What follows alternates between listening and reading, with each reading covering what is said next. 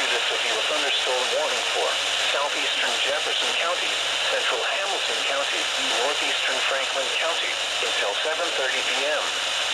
At 7:05 p.m., a severe thunderstorm was located 11 miles west of McLeansboro, moving east at 40 miles per hour. Expected hazards include 60 miles per hour wind gusts and quarter-size hail. This is a radar-indicated threat. The following impacts are expected.